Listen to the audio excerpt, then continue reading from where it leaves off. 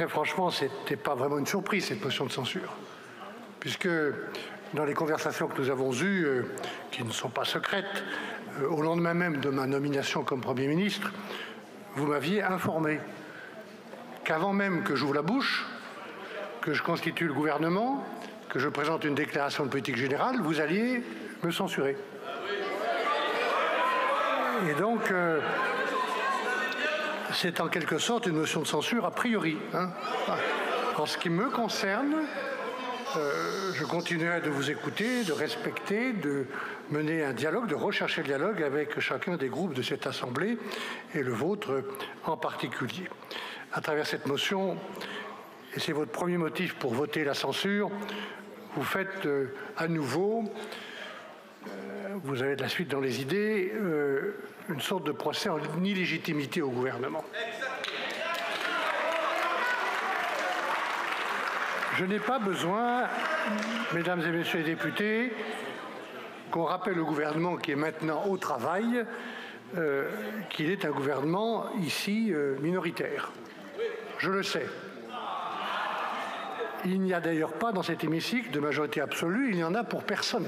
Il y a donc simplement, M. Faure, des majorités relatives.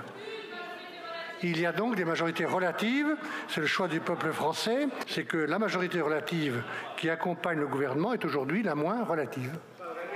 Alors il y a eu une motion de censure contre le gouvernement de Michel Barnier. Je vais essayer de vous expliquer un peu ce qui me chiffonne. Comme on s'y attendait, cette motion déposée par le nouveau Front populaire n'a pas réussi à renverser le gouvernement. Seulement 197 députés ont voté en faveur de la motion, alors qu'il en fallait 289 pour obtenir la majorité. On est loin du compte. Ce qui est intéressant, c'est que le Rassemblement national, pourtant souvent critique du gouvernement, n'a pas voté cette motion. Il se pose comme un parti d'opposition, mais on en est loin, très loin.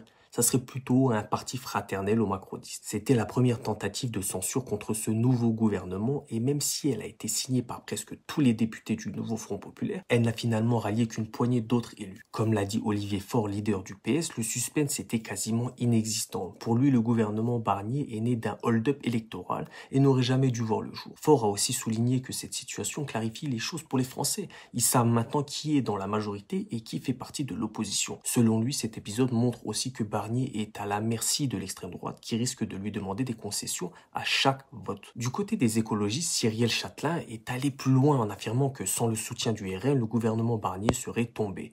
Et c'est exact. Pour elle, cela prouve l'existence d'un accord politique entre Emmanuel Macron et Marine Le Pen. On peut se poser des questions. De son côté, le RN a rapidement démenti cette accusation. Guillaume Bigot, député du RN, a même qualifié cette motion de capricieuse et boudeuse, en ajoutant que ça ne mènerait qu'au chaos, surtout qu'il n'y aurait pas de nouvelle dissolution avant l'été 2025.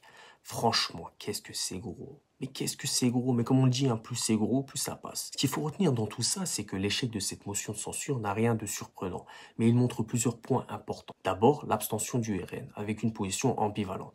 Ils ne soutiennent pas ouvertement le gouvernement, mais ne cherchent pas non plus à le renverser. Ensuite, cette situation montre à quel point l'opposition est fragmentée. Malgré les efforts du nouveau Front populaire, il n'y a pas eu de récoordination avec d'autres partis pour former un front uni contre le gouvernement Barnier. En résumé, même si le gouvernement Barnier semble stable pour l'instant, il est clair que cette stabilité repose en partie sur l'inaction du RN. D'un autre côté, cette fragmentation de l'opposition rend difficile l'émergence d'une alternative crédible. Et tout cela nous amène à nous poser une question.